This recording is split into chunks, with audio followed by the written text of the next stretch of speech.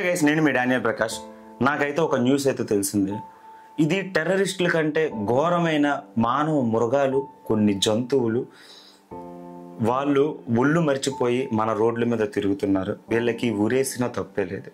వీళ్ళు పాకిస్తాన్ టెర్రరిస్టుల కంటే ఘోరమైన వ్యక్తులు. వీళ్ళని కనిపెడితే చెప్పుతో కాదు, డైరెక్ట్గా పోలీస్ స్టేషన్లో తీసుకెళ్ళి వాళ్ళ మర్మాంగాలు కోసినా తప్పు లేదు అని నాకైతే అనిపిస్తుంది.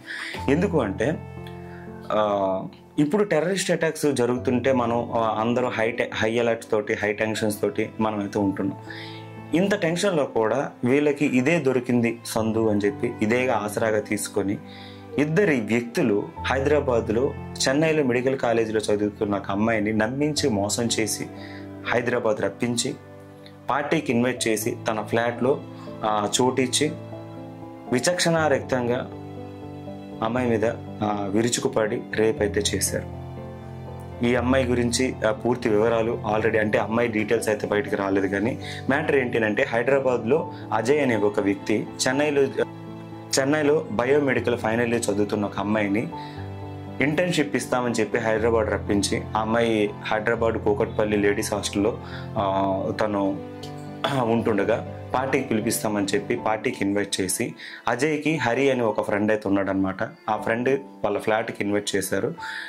అజయ్ కోరిక మేరకు అజయ్ పిలిచాడు కదా, అజయ్ నాకు తోడున్నాడు కదా అని ఉద్దేశించి ఆ అమ్మాయి అజయ్ మీద పెట్టుకున్న నమ్మకానికి, వాళ్ళిద్దరూ చేసిన నమ్మకాన్ని ఒమ్ముపాలు చేశారనమాట. అంటే అజయ్ పిలుపు మేరకు నిజాంపేటలో రాజీవ్ గృహకల్పలోని హరి ఫ్లాట్కు వెళ్ళిన యువతి.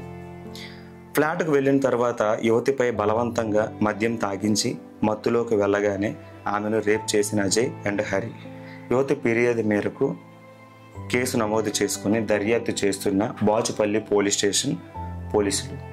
ఓకే, ఇంత ఘోరంగా ఉందండి. అంటే అమ్మాయి ఎంతో నమ్మితే కానీ అజయ్ పిలిచాడని చెప్పేసి వెళ్ళదు. ఆ రాత్రిపేట ఒక ఫ్యామిలీ ఎవరు లేకుండా ఒక అబ్బాయిని నమ్మి ఇంత దూరం వెళ్ళేటప్పుడు అమ్మాయి మీద వీరిద్దరు విరుచుకుపడి రేప్ చేసి ఆ అమ్మాయి ఇంకా పోలీస్ స్టేషన్కి అయితే వెళ్ళి కేసు పెట్టింది. ఇది జరిగిన కథ. అంటే ఇంత ఘోరంగా మనుషులు ఉన్నారా, ఇలా నమ్మించి మోసం చేస్తారా అని నాకైతే అనిపించింది. సో దీని మీద మీ అభిప్రాయం ఏంటో కింద కామెంట్లో తెలియజేయండి. Thank you.